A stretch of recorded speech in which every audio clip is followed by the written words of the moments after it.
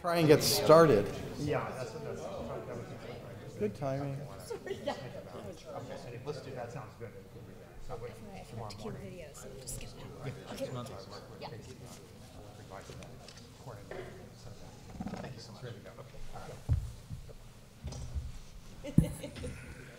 Okay, so just for full disclosure, our chair could not be with us tonight because she is in another state.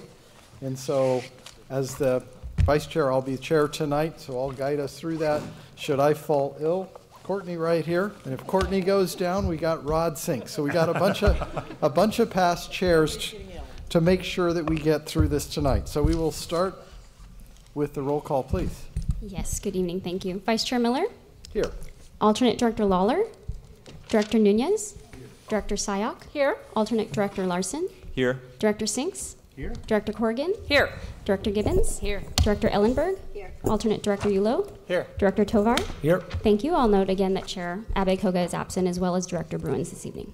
Excellent. Okay, moving right along. Next is public comment on matters not on the agenda. Any member of the public may speak for up to 3 minutes on anything not on the agenda. Seeing none, we're going to move right along to the consent calendar. Before we get too started, we got a quick announcement. Yes, we do. There's one correction on item 1G, and there was a handout given you tonight regarding corrections to the staff report. And the reason for the change is the party that we're actually contracting with is E-Mobility Group, which is now stated in your staff report. And EV Alliance, it's the same personnel, but they operate under a nonprofit format. And the other company that we're actually contracting with, E-Mobility Group, is a for-profit company. And so we just wanted to show that this correction is being made in the staff report. Doesn't change the contract at all, and doesn't change the nature of the services or the rates or anything else. So just want to note that for the record. Okay, excellent. So we have on the consent calendars 1A through 1I. Is there any report that staff wishes to give on any of these? Seeing none, are there any questions from any member up here? Any member of the public wish to speak on any of the consent calendar items? Seeing none, I'll come back here for discussion and or a motion. I would move approval of the consent calendar with the noted revision in our desk item. Second. We have a motion and a second. Any final comments? Nope. Okay, I need to register a recusal on, I'm gonna have to look to our attorney, he'll tell me which one it is. Item 1F, 1F. Yes. I believe. Yes, it is. Yes. Everybody's keeping me honest. Thank you, guys. With that noted recusal, I'll call the question. All those in favor, please say aye. Aye. Aye. Opposed? Okay, carries unanimously. Okay, With the one recusal on item 1F. with my recusal on 1F. Okay, moving right along. The CEO's report. Thank you, Chair Miller. I don't have a report other than what's written here, and then we're going to have Hillary Staver come up in a minute. But before we do that, I would like to introduce one of our new employees, Lisa Liu. She's going to, as she comes up, to say she has been with us for a week and a half. She's our new admin assistant, and she comes to us from the San Francisco Bay Conservation and Development Commission, where she was an administrative secretary, and she holds a BA degree in design from UC Davis. You're welcome to say a few words, please. You said it already. It would break with tradition if you didn't at least come up and say hi. It's part of a rite of passage of joining this organization. Now you can just choose the one right here. There you go. Hi, my name is Lisa Lai, and thank you for introducing me, Garish. Yeah. Thank you. Okay, that qualifies. Welcome to the organization. Can't break the tradition, right? That's true. Okay. So with that, we'll have Hillary come up and provide an update on certain legislative and regulatory issues to the board.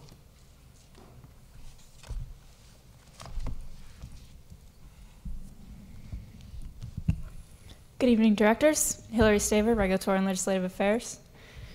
There are three main regulatory issues that I want to bring to your attention tonight. The first one is resource adequacy. We finally got some partial resolution on that after being in limbo since about Thanksgiving last year. So the California Public Utilities Commission had a voting meeting on February 21st.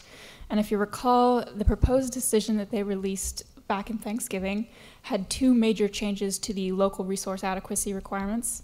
It added a new multi-year rule. So whereas right now we have to demonstrate only 1 year in advance that we've bought sufficient capacity to meet peak demand on the grid, or our portion thereof, now we would have to buy 3 years in advance.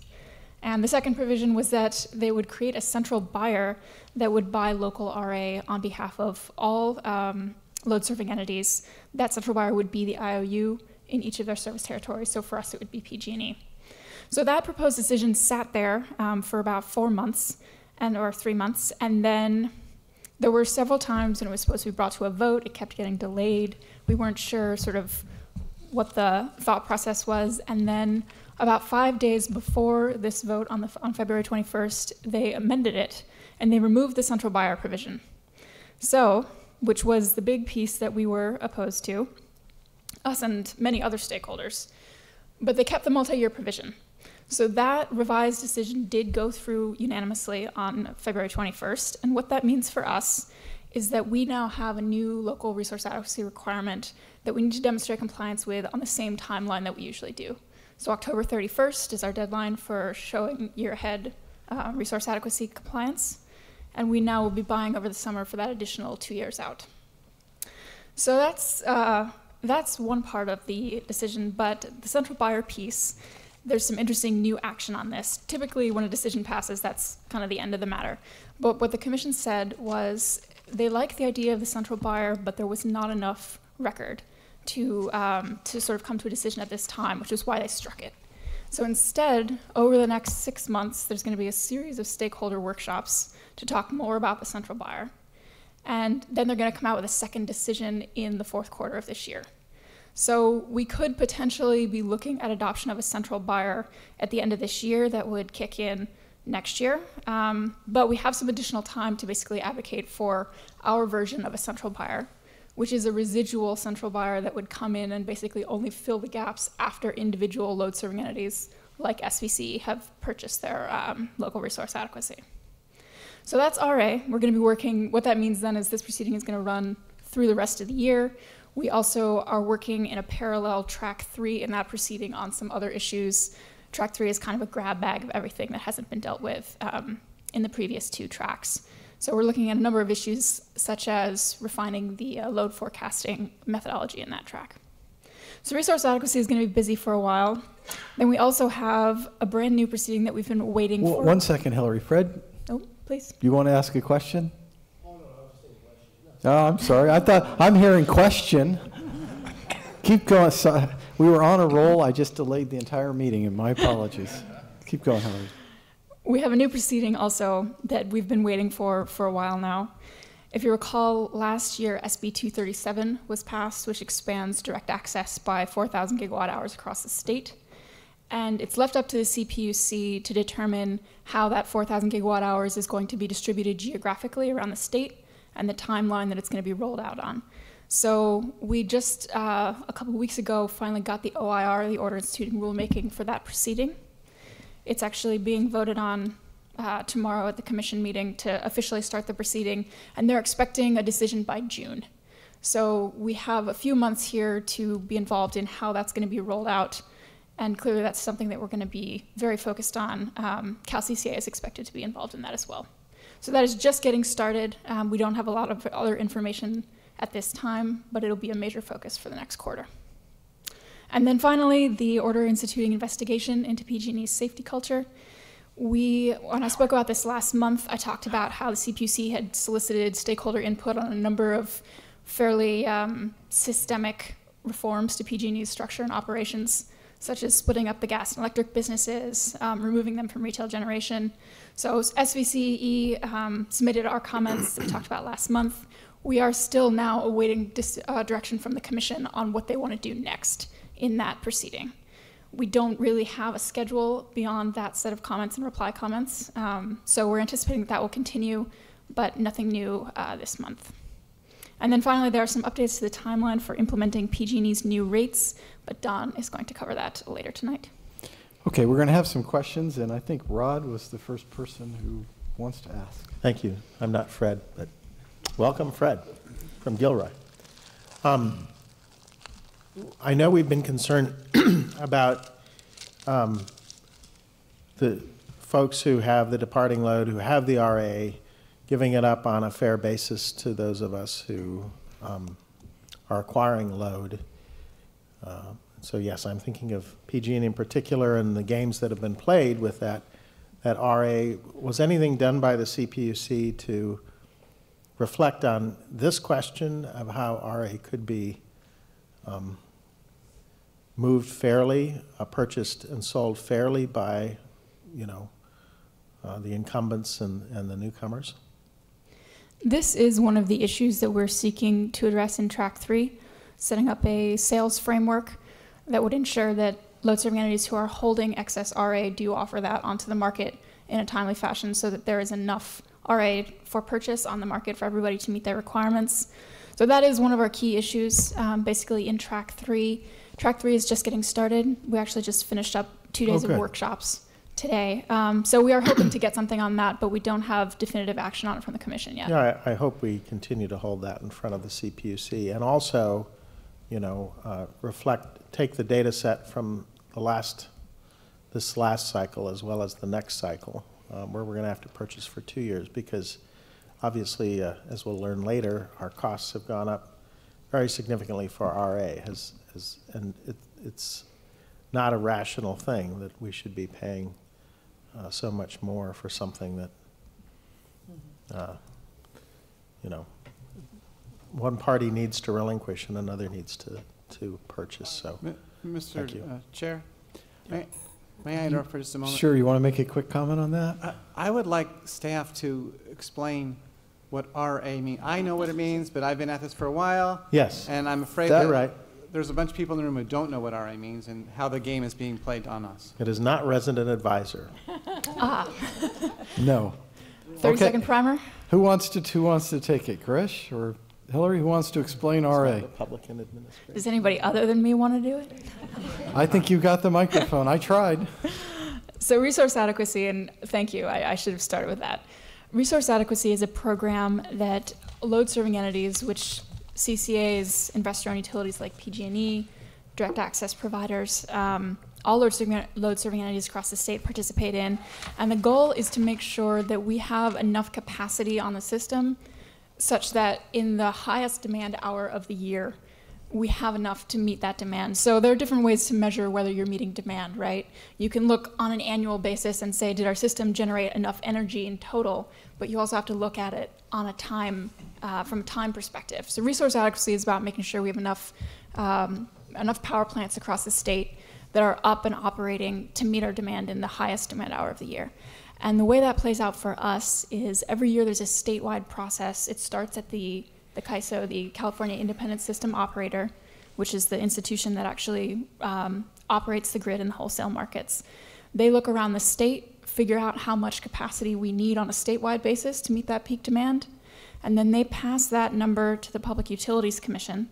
The Public Utilities Commission then breaks it up into proportionate pieces for every load-serving entity, and we have to report to the CPUC and prove that we have contracted for enough capacity to meet our piece of that. So there are 3 different types of resource adequacy: system, which can come from anywhere around the state. You've got local, which is to make sure that sometimes because of the way the transmission system is built, you can't guarantee that you can move energy from anywhere to anywhere at any given time. So we have a local requirement, which is for us the Greater Bay Area, and that's the type that we're talking about putting a central buyer in for. And then you've got flexible resource adequacy, which deals with times of day when your demand is changing very quickly. So for example, if you've seen the duck curve, the challenge is created by having a lot of solar on the grid that generates in the afternoon but drops off quickly in the evening, that's where flexible capacity is really important. So we have to demonstrate compliance with those 3 different types of resource adequacy, and all the changes that I just talked about apply only to local resource adequacy. Oh, bravo. Rod, did that get all your questions? Yeah, no, thank you. I appreciate your work as always. Susan had something. Thank you, Hillary. That actually was an incredibly clear description, and I appreciate your asking for that. My question is also about the resource adequacy. Do we have current sufficient financial capacity or whatever else would be required to essentially triple our supply of resources now? And how does that change our strategy, needing to be 3 years rather than 1 year resourced? I think this is actually probably a question that would be best directed at Monica, our Director of Power Resources. Go ahead and answer that. Yes, we do have the financial ability to do that because payment comes in after delivery, so we don't have to prepay. So. Thank you. Other questions? Other questions? Okay, go ahead, Gustav. Thank you.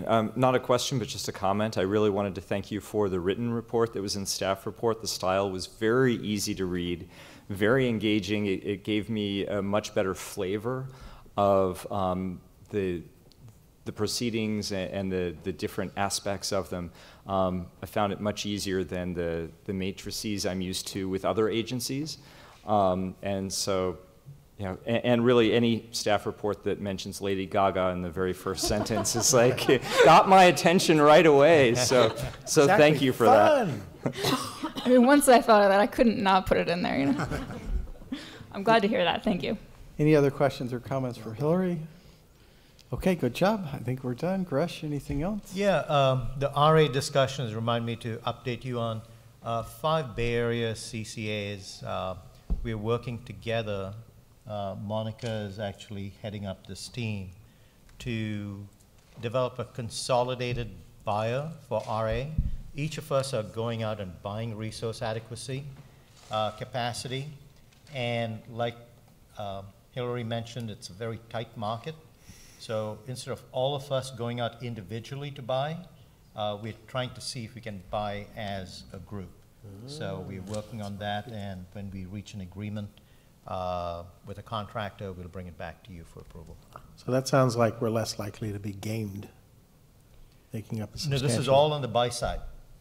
No, I understand, but Yeah. I mean... The people selling can still game us, Rod. Yeah, the sellers still...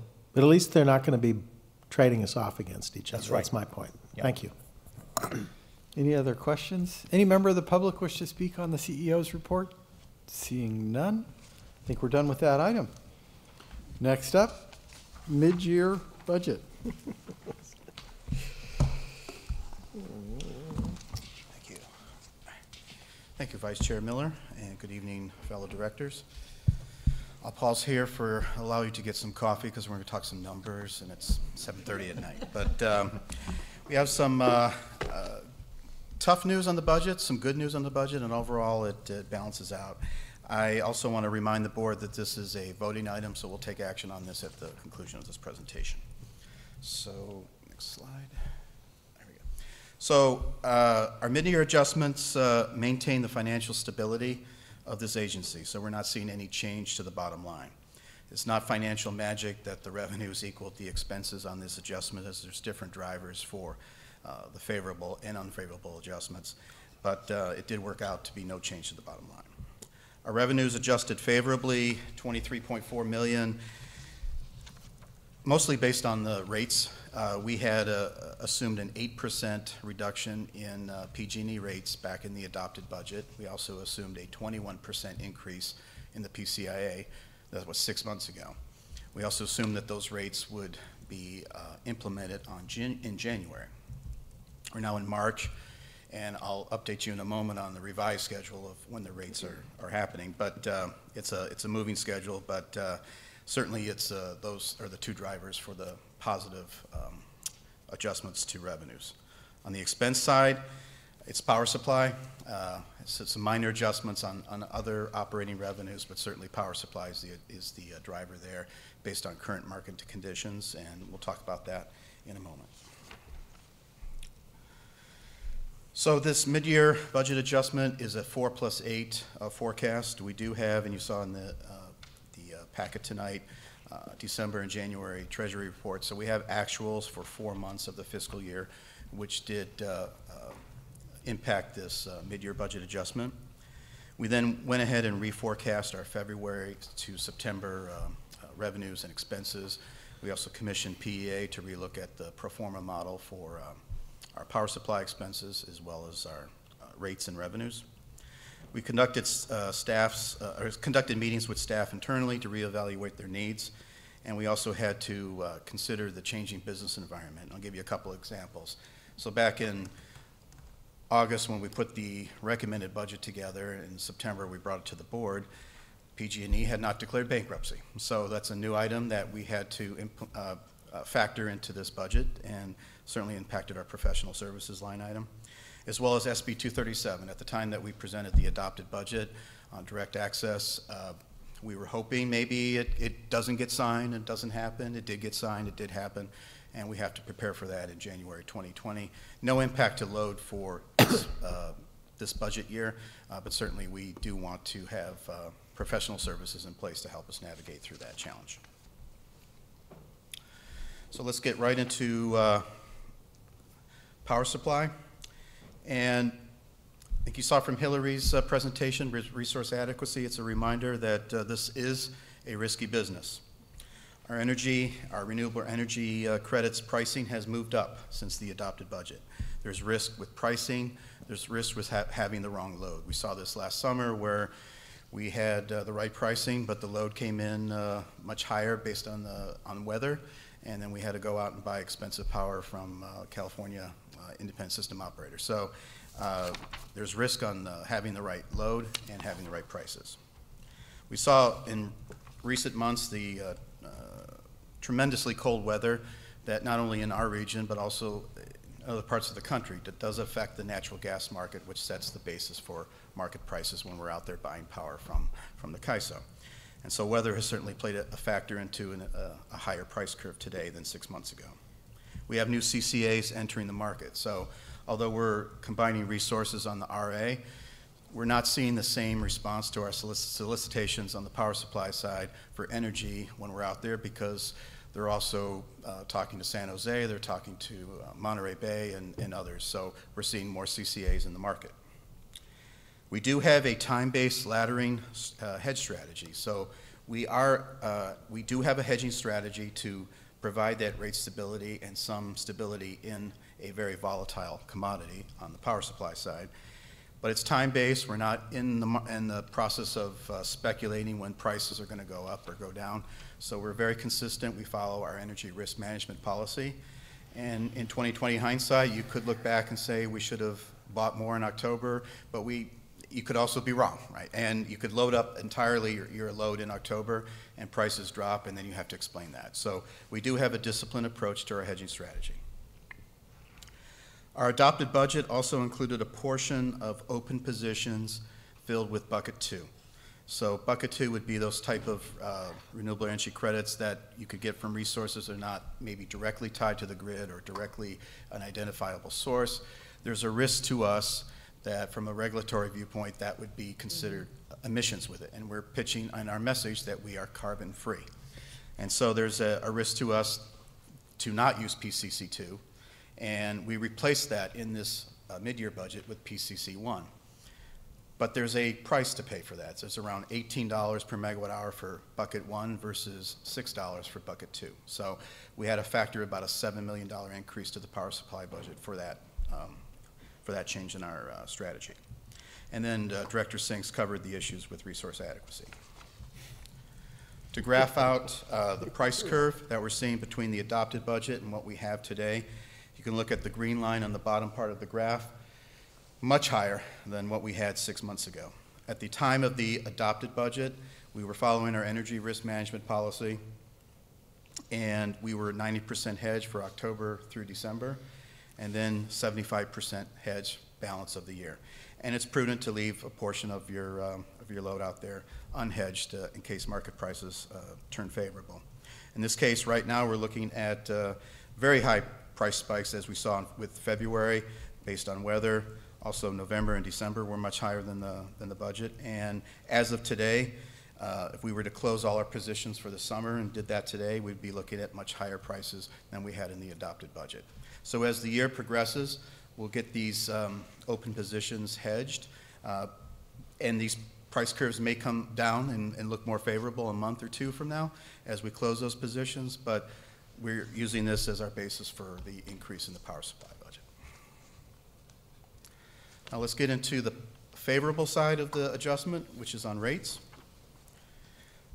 So the first bullet point would be the timing of rates adjustment is June 2019 for this mid-year budget. I'll tell you that's already wrong. We'll talk about the schedule here in a moment. But we don't feel it's wrong enough to cancel voting on this item. Our PG&E generation rates assumption is expected to decrease by 3.5%. I think where it ends up being is somewhere in the 1.5% to 2.5% range. So we're staying a little bit on the conservative side, but certainly that's a lot better than the 8% drop that we saw in the adopted budget. PCIA, a huge change here based on the regulatory proceedings that happened this past fall, as well as where market prices are today. So this is a case where the adjustments between the revenues and the expenses are related, and that the higher market prices you're seeing on power supply also impacted lower PCI prices or changes that helped us on the revenue side. But we're looking at an overall weighted average of 1.4%, but you're going to see some fluctuations between the rate classes, and we'll show that in a moment. We're looking at a 1% decrease in load. That's just based on year-to-date actuals and what we're seeing right now in our service territory, but none of that is inclusive of direct access. So as we talked about SB 237, that's from a load and budget perspective, that's going to impact us starting January 2020. And then customer accounts is a slight increase based on year-to-date actuals. That impacts the billing services line item marginally by a couple $100,000. Talked about the rate schedule and the timing of the rates change already being wrong. So this is as of Tuesday. And this changes by the week, but this is where we stand today with rates change. So as I mentioned before, we put together the adopted budget. We thought we would be implementing new rates either in January or February.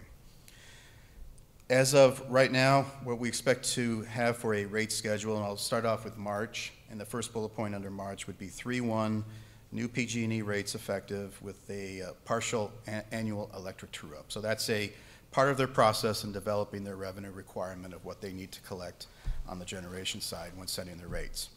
Usually it includes also the energy recovery forecast as part of that process, but they're going to do something different this year and do that at another time of the year. So on March 1st, you're seeing PG&E rates actually have gone up by 3% on average for the residential side. So as of March 1st, SVCE right now is 9% a discount to PG&E. And we'll talk more about a possible interim rate option with you momentarily.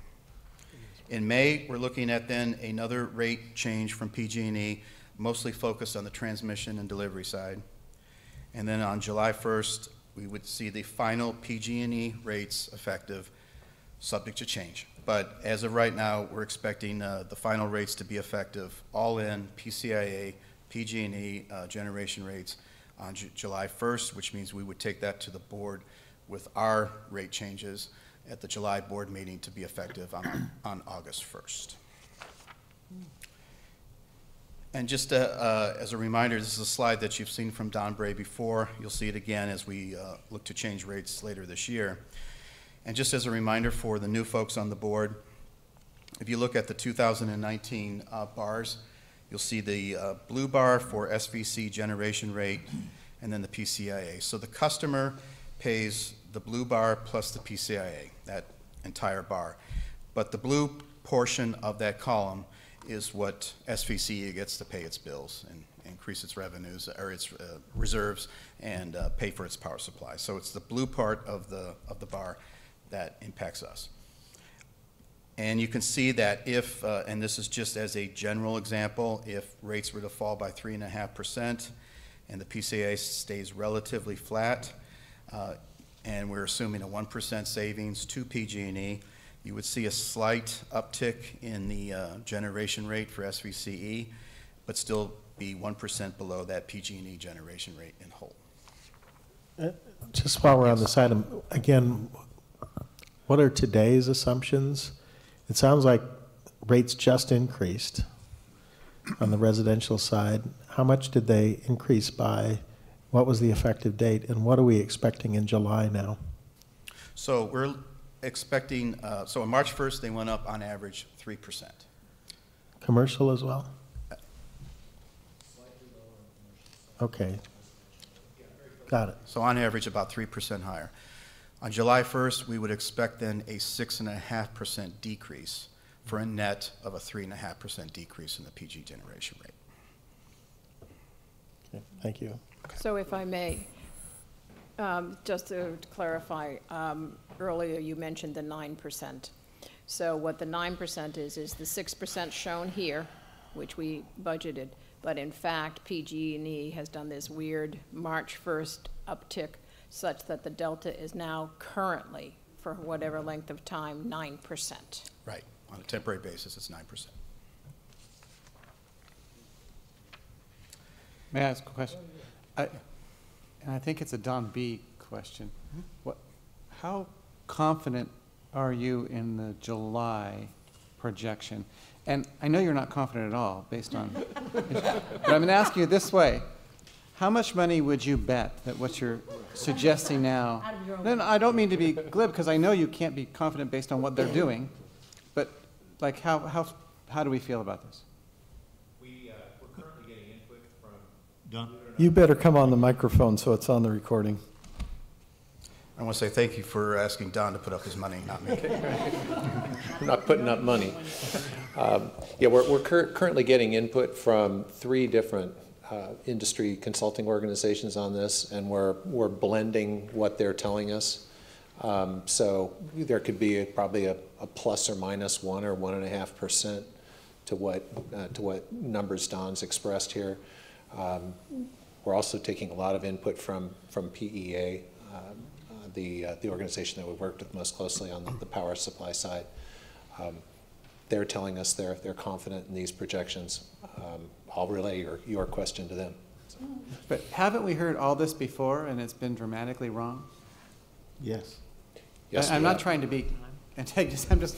I'm trying to get a sense myself, but it seems to me it's been wrong pretty consistently in the last 15 months. Yes, and I'm not going to defend it, but we will start making projections really early in a year, typically, say June of a year, so that we can budget in September, and we're trying to predict what's going to happen with energy prices in January or March of the following year. And what we've seen in the last couple of years is, yeah, it has moved a lot in that time frame. I'm not sure that's historically typical, but it's been typical, regrettably, in the last couple of years. Yes, since we were founded, they've never made the date, and the numbers have changed wildly from the point where we forecast to the point where they've implemented. Yeah, that's what happens. I think they do that just to cause us a lack of sleep. So if I may just add, just after this answer, I don't think it'll be too satisfactory to you, Tony, but first of all, PG&E by regulation has to provide certain information at certain times. So the previous chart, which had those boxes, so they have to provide estimates in the previous year, forecasting what the rates are going to be. There's just very imperfect information, but they have to provide that. So that's the only information we have to go with. And a change in this year, typically they make all these different rate changes, about 3 different proceedings that have to come together to determine a rate increase or rate change. This year, they're doing it 3 separate rate changes. So what we see in July, I think the uncertainty on that will be lower, whereas in previous years, they bundled all the 3 different rate changes into one. So the spread, the errors on each could have been multiplied. Whereas over here, the March 1 implementation is one piece. There's going to be another one, I believe, in May, and then a third one in July. So, Courtney, you had something first? And then Mariko? Remind me, Girish, they can only raise rates once a year through the CPUC, or they are? no, they can change rates as long as the PUC approves it.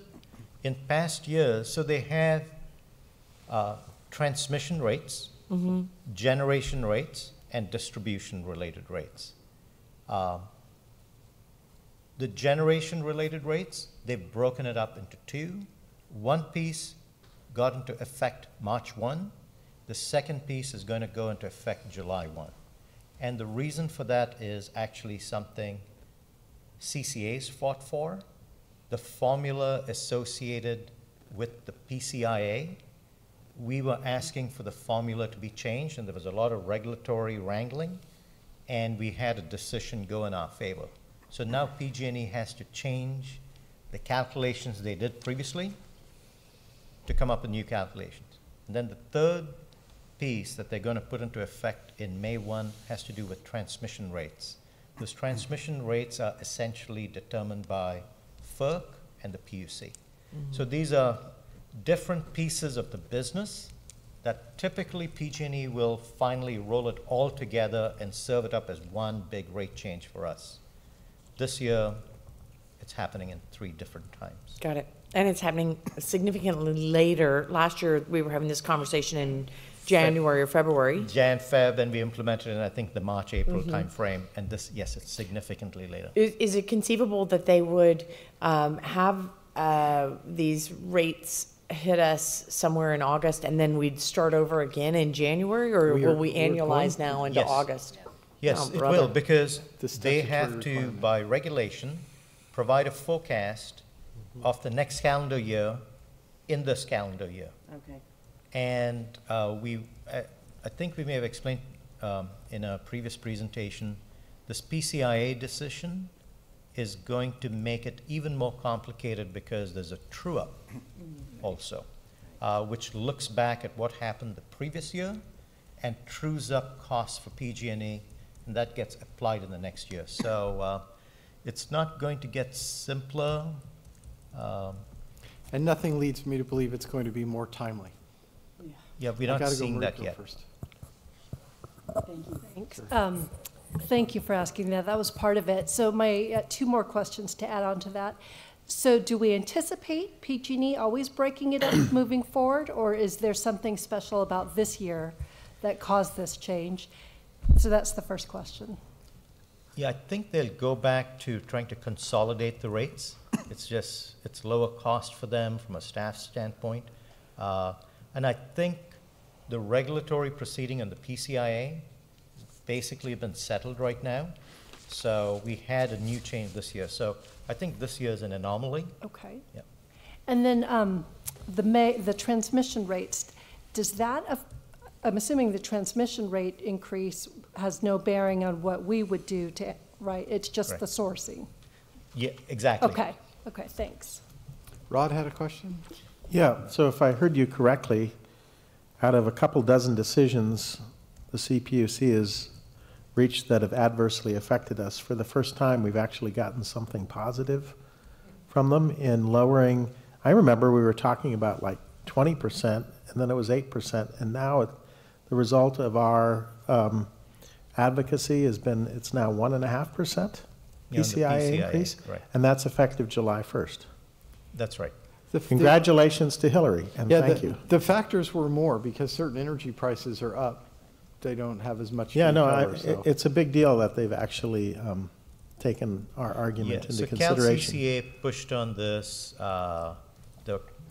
there was a concerted effort to get this true up. There were some CCAs, especially startup CCAs starting up this year.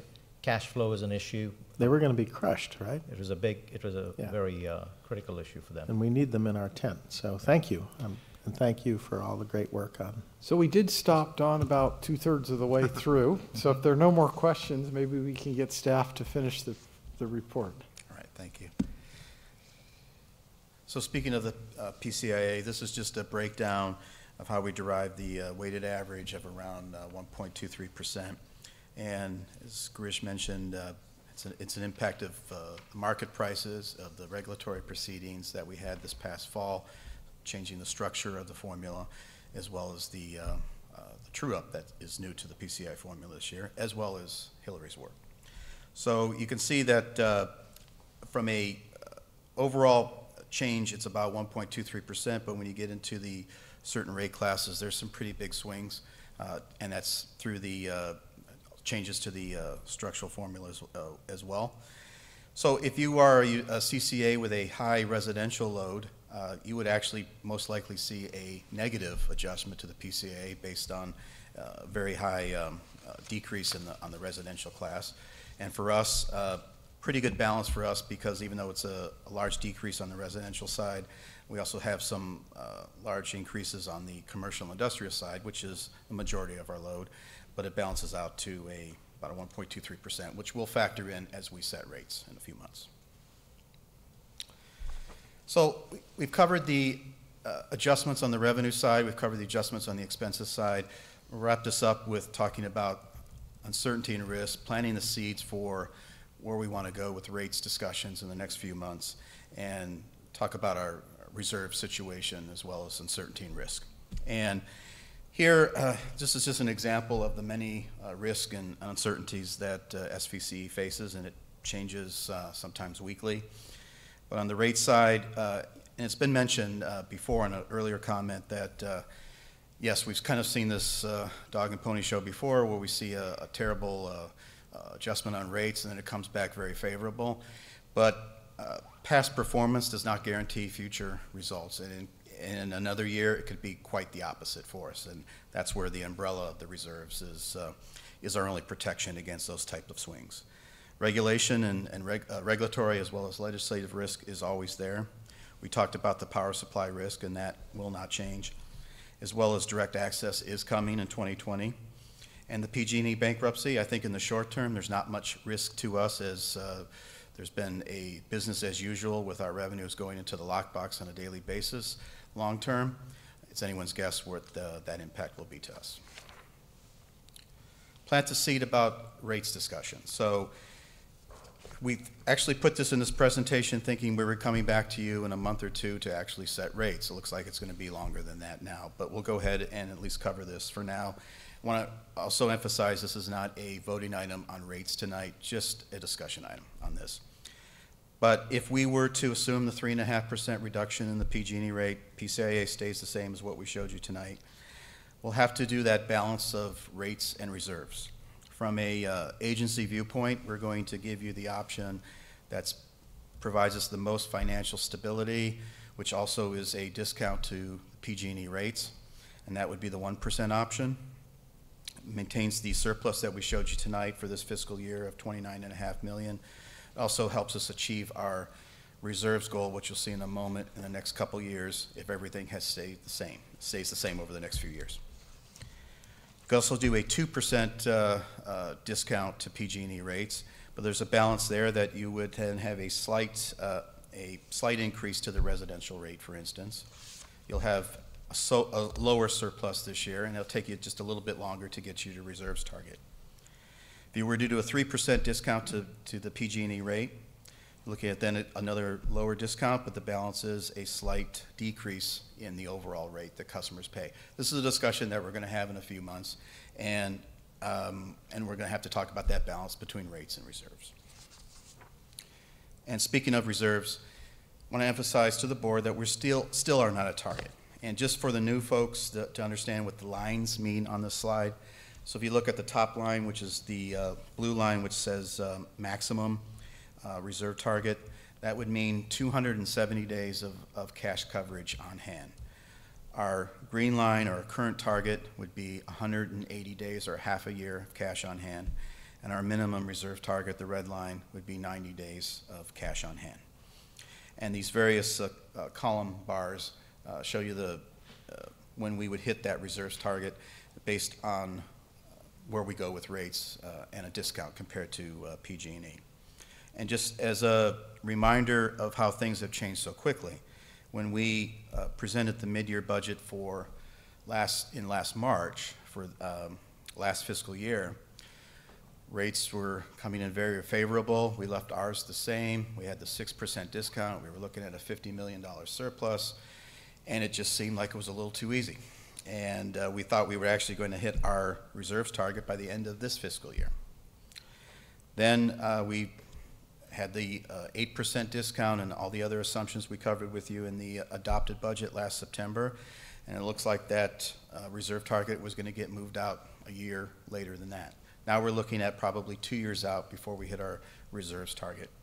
So as the challenges to this business emerge, it does affect when we hit that target. And just for the obvious reasons of having that umbrella against those risks is also hitting the reserves target gives us that cushion, not only to handle the risk, but also gives us that ability to put more money into programs or explore dividends or other options that we would have once we get above that reserves target. Is also going to play a key factor when we go to Moody's to get a credit rating, which will be extremely important as we negotiate for future power supply. So just to keep in mind as we set rates in the next couple months, how important it is to get to that reserves target. So Don, just quickly clarify, you talk about target, but we really have a reserve band, and we have achieved our minimum level that we felt was sound.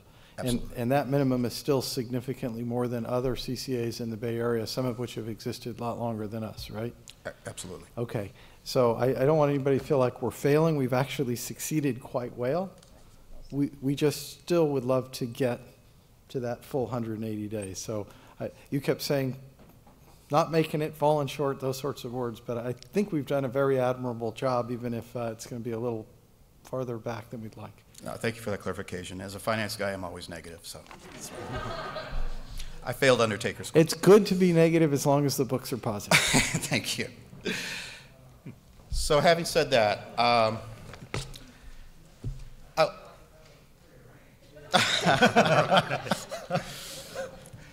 I'd like to just move a little bit off of the mid-year budget and have a discussion item on an interim rate change option that we want to present tonight. Again, this is not a voting item. We want to receive, though, direction from the board tonight on this idea, and that will have us then do our due diligence to bring this to you to the April board meeting.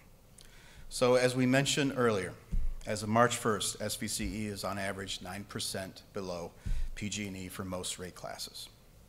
The full PG&E rate, PCA, is now anticipated on July 1st, subject to change. So we have an option for you to discuss tonight. We could continue to maintain our 6% discount to PG&E. It would be temporary until permanent rates are changed. I think on a conservative side, we could generate roughly $3 million of incremental revenues out of this option.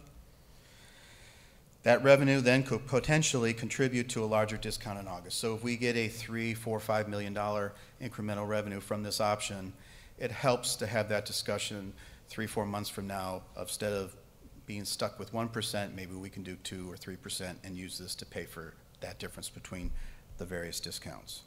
There's a downside to this in that maintaining the 6% average also means, or discount also means, we're going to be raising our rates as well by 3%. I'm going to pause here and just ask for the board for some feedback on this option so we know what to do next month.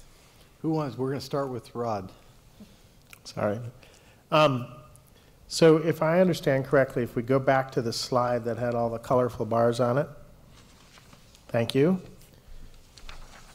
Where we expected to be when we set mid-year a year ago was about $50 million more positive on reserves than we currently are.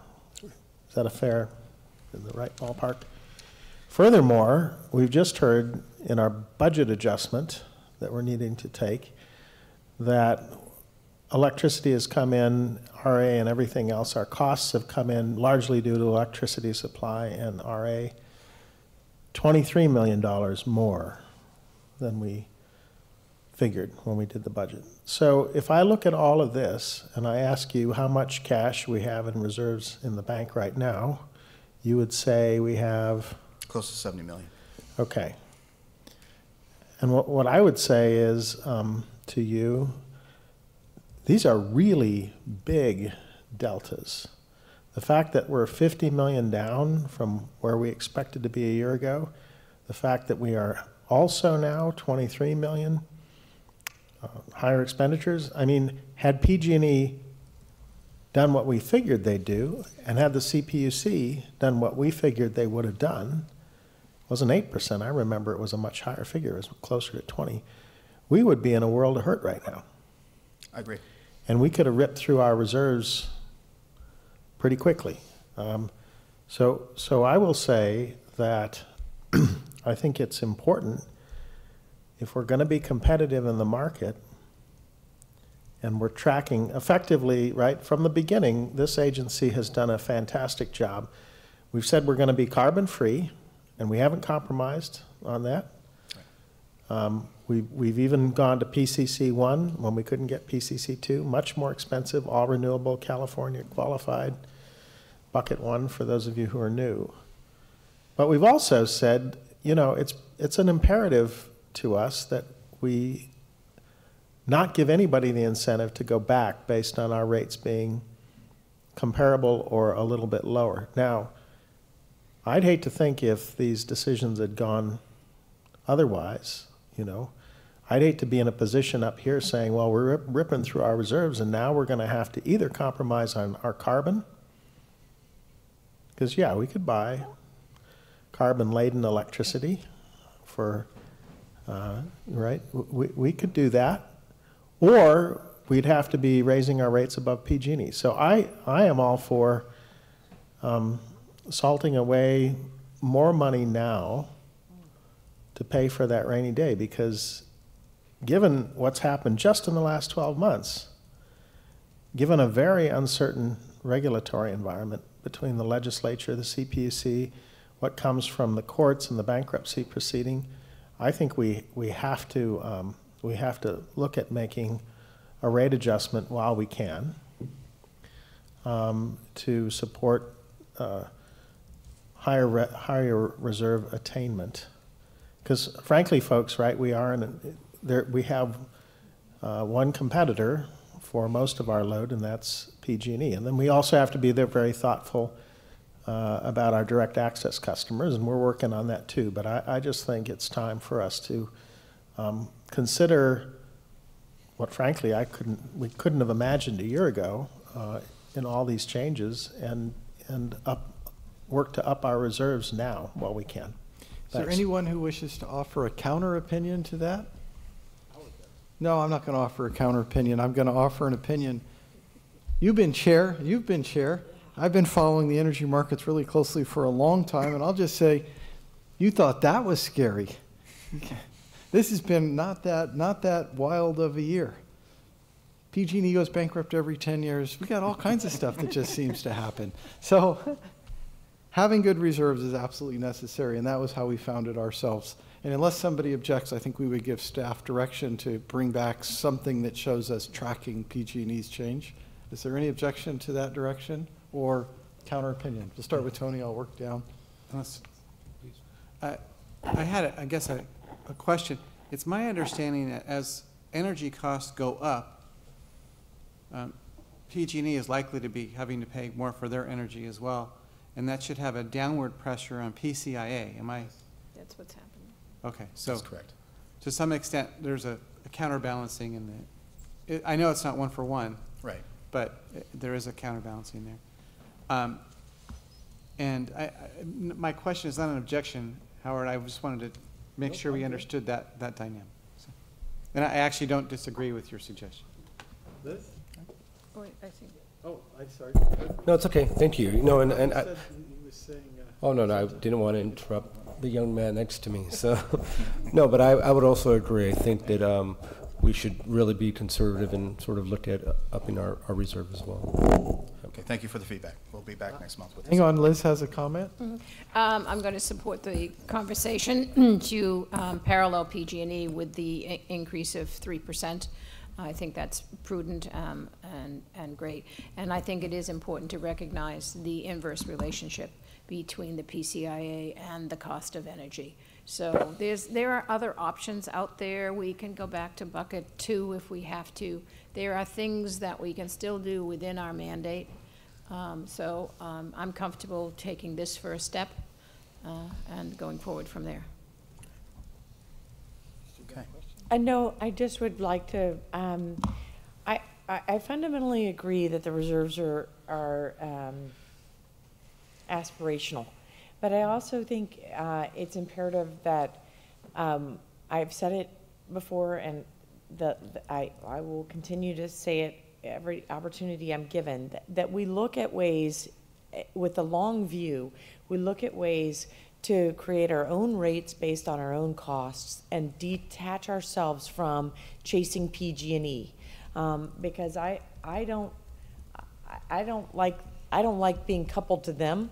I like answering to our consumers and saying we're doing it the way every other industry works. You know, that we take our cost, we take an appropriate markup to make sure we're going to stay solvent and in business and be able to pay for the service levels that our customers expect. But that beyond that, we want the revenues to stay in your pocket, not in our reserves, or to exceed reserves that we believe we truly need. So I'm not disputing that this isn't important. We're still in our infancy, but I do want to continue to pitch that with the long view. Excellent. Any other comments? So I think we gave you direction on that one. Thank you. Let's get back to the point at hand. So just to wrap up the mid-year budget conversation,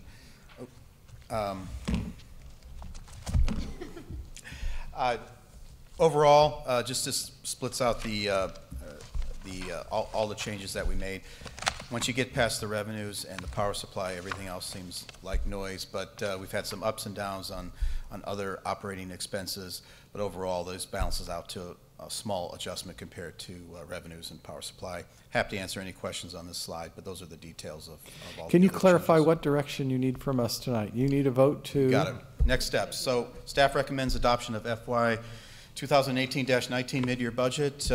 With that, I yield to the board for a decision. Okay, all right, let's start with questions. Are there any questions of staff on this? Then we'll do members of the public, then we'll have discussion.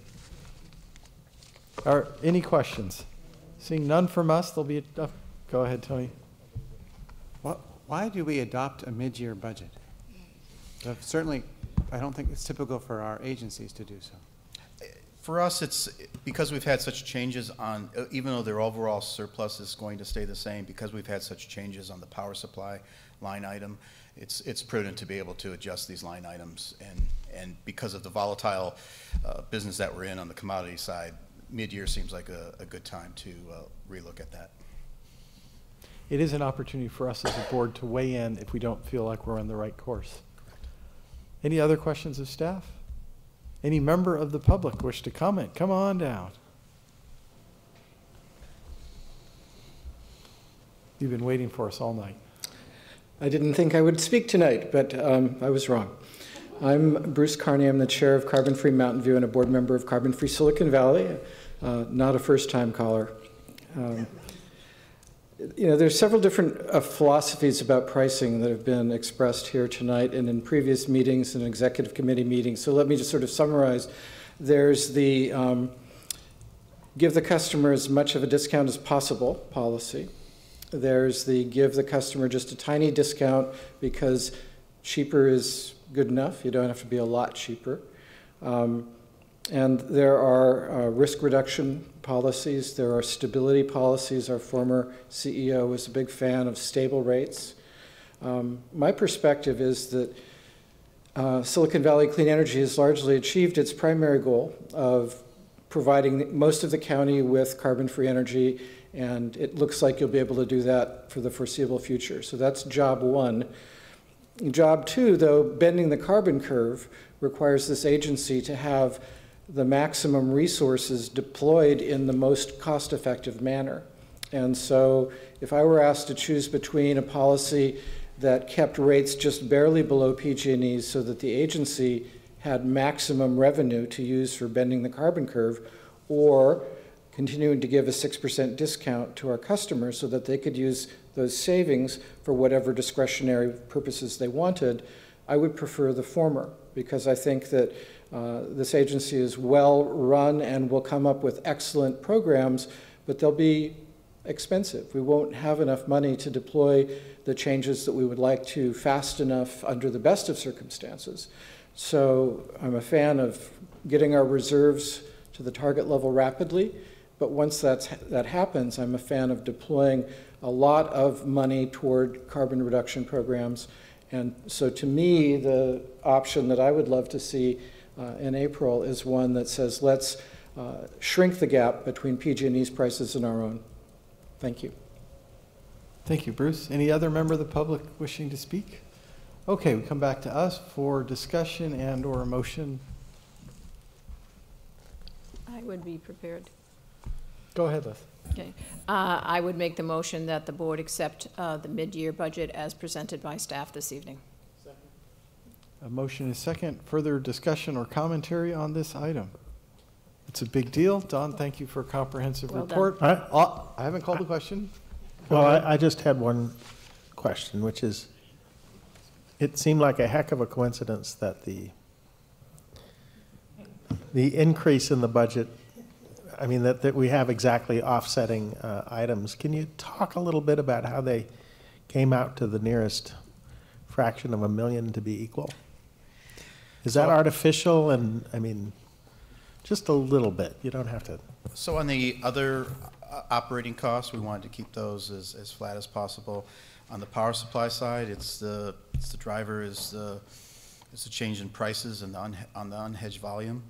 On the rates, it just magically kind of turned out that way. There is some relation to the change in revenues and expenses with the market prices, and that it did impact the PCIA, which helped us on the revenue side. But overall, I can tell you right now, with the delay in implementation of the rates, with the motion that we just have tonight, or the discussion we have tonight on the rates change, revenues will definitely be different than what we presented tonight. So are we moderating our other expenses to sort of match this change in power supply? We are moderating our other expenses. That's helpful. It won't make up for the completely. And I'm on the power supportive of the supply motion. Thank you. Okay, any other comments or questions? Then I'm going to call the question. All those in favor, please say aye. Aye. Opposed? That carried unanimously. Thank you, Don. Oh, I'm up next, apparently. Okay, we are up to committee reports. Executive committee, I'm proud to report we haven't had an executive committee since the last time we met, so there's nothing to report. Next up, Finance Committee. I am equally proud to report we haven't had a Finance Committee meeting. Though with our new members, we're hoping to convene again in this spring. Next up is our Legislative and Ad Hoc. Director Sinks has got something for us potentially. I do. I'm working on ad hoc heating, cooling, and air conditioning here because I recognize it's rather chilly. So I've been texting with my city staff to see if I can not ensure that we don't undergo a nuclear winter here. Excuse me. Sorry. Okay. Yes, I do have it. Sorry, I'm not prepared.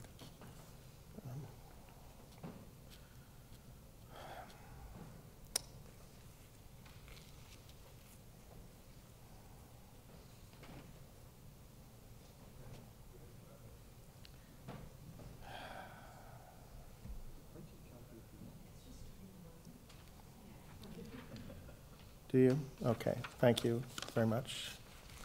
Yes. Last week, the Ledge Ad Hoc Committee of the Board met for the first time this year. I was appointed as chair and Director Smith as vice chair.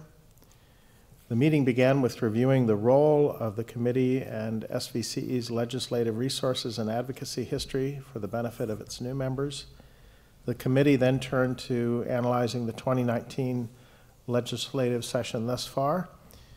And on the phone was SVCE lobbyist Steve Baker, who we've retained this year, who provided an overview of the legislative landscape. The committee discussed emerging major themes in energy legislation, specific bills of interest, and the relationship between activity at the legislature and the ongoing proceedings at the CPUC. The meeting concluded with planning for upcoming advocacy opportunities, and I would invite you all to consider these as well. We have a Cal CCA Lobby Day in Sacramento on April 3rd. If you're available and you want to have a really fun time with advocates from other CCAs, it's a great opportunity. And that concludes my report as chair of the Ledge Ad Hoc Committee. Thank you. Okay, Audit Committee report. Since you Howard, can I ask a question? Oh, hang on, there was a question. Actually, not a question of Rod, so you can go back to making it warmer, but a question for either Greg or Chris. Is there something about this committee that really leads us to believe it should be an ad hoc committee? It seems to me that the need for this committee is going to be present for years, and therefore maybe it should be a standing committee. Yeah, we could look into that. I think we determined that for this year we would continue as an ad hoc. We could look into that and bring back a recommendation. Any other comment on this one? Okay, next up is our ad hoc committee report, which should be equally short. The audit committee. Audit. I'm The- sorry. The audit committee has not met since our last meeting and is scheduled tentatively to meet right now at the end of April, April 29th. That's all I have to report. Okay, next up is board member announcements. I have one too. Go ahead, Liz.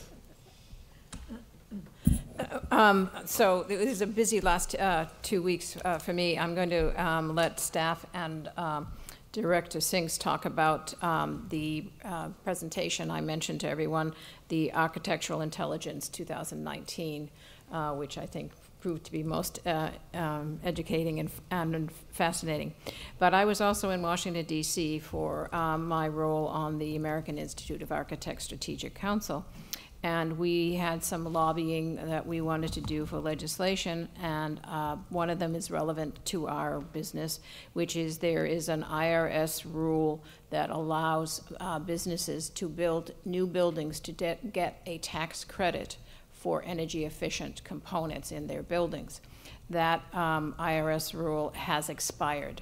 So we were lobbying our legislators to renew that, but in addition, make it applicable to existing buildings as well. So I think the types of topics that are considered eligible for these IRS credits would be relevant as we look at our programs going forward. Also, there is, the AIA has its 2030 challenge. And I would like to introduce staff to the CBX, the Commercial Building Energy Index, which is a platform that tracks buildings designed by architects that tells how they use their energy and a predicted energy use, and they're looking for best practices on how to save energy in the design of buildings. So I think that's something that we could really take advantage of and compare notes. So that was lots of fun, and we'll go from there. Excellent. Other announcements? For a second, Rod, then we'll work down to Gustav. So, yeah, the presenter on decarbonization strategies, who I know we've been working closely with, Panama Bartholomew, gave a completely compelling presentation about the amount of leakage we have through our methane distribution system, natural gas distribution system, and just expressed it in such a way that I came from going like, okay, yeah, this is a cool program. We probably ought to consider reach codes, to being enthusiastic supporter. And my understanding is I gave some feedback to Girish about this, and my understanding is he's going to address us next month. Yes, so he will be here. We're going to have a special meeting next month starting at 6 p.m. before the board meeting. Great. He'll make about a 25-minute presentation, and I've seen the presentation and got some wonderful feedback from both Liz and Rod. It's outstanding. We are preparing, Pam and Paige are preparing a flyer that we're going to be sending to all of you next week, so you can send it to your networks and hopefully have this be well attended next month. So I'll say that I left that Friday meeting enthusiastic, thinking I ought to be an architect in my next life. Thank you for that, Liz. Thank you for the invitation to all of us. I certainly learned a lot about human thinking and the built environment and psychology and all of that. And I will also say, on the subject of decarbonization, I sat down with our chief executive at the Air District, where I serve on the board, and talked to him about what we were doing here, and he's enthusiastic, and also about this presentation that I saw. And he will work on the Air District providing supplemental incentives. I suggested working with us in this case because we're starting this, working on incentives to electrify new construction particularly. So I think you will see programs funds of a greater magnitude becoming available through the Air District for doing this if this idea plays out. So I thought I'd add that as well. We may have started something great. Thanks. So great that today it was announced that in England, after their little Brit exit fiasco that they're doing, they're proposing a measure to ban gas for home heating in all new construction starting in 2025. So I would say we're talking about reach codes. They're talking about doing the whole country. Work my way down, Gustav. Great, thank you. So I have an announcement about Sunnyvale's draft climate action playbook. The draft has just been released for public review and comment. It's an update to our 2014 climate action plan with strategies on how we can become a carbon neutral community by 2050. And this playbook actually complements the SVCE decarbonization roadmap very well, and even builds on the success of SVCE of bringing a clean grid to our community. And so that's a foundational piece of what we have in our climate action playbook. So we really appreciate the cooperation, partnership with SVCE that's enabled us to do this. And we encourage anyone who's interested to take a look. The playbook is available at bit.ly/Sunnyvale Playbook. We're accepting comments through April 26th. There will be public hearings in March and April where you can make comments.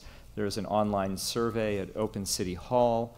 The main community meeting will be held at the Murphy Park Building in Sunnyvale on Saturday, March 23rd from 10 a.m. to noon.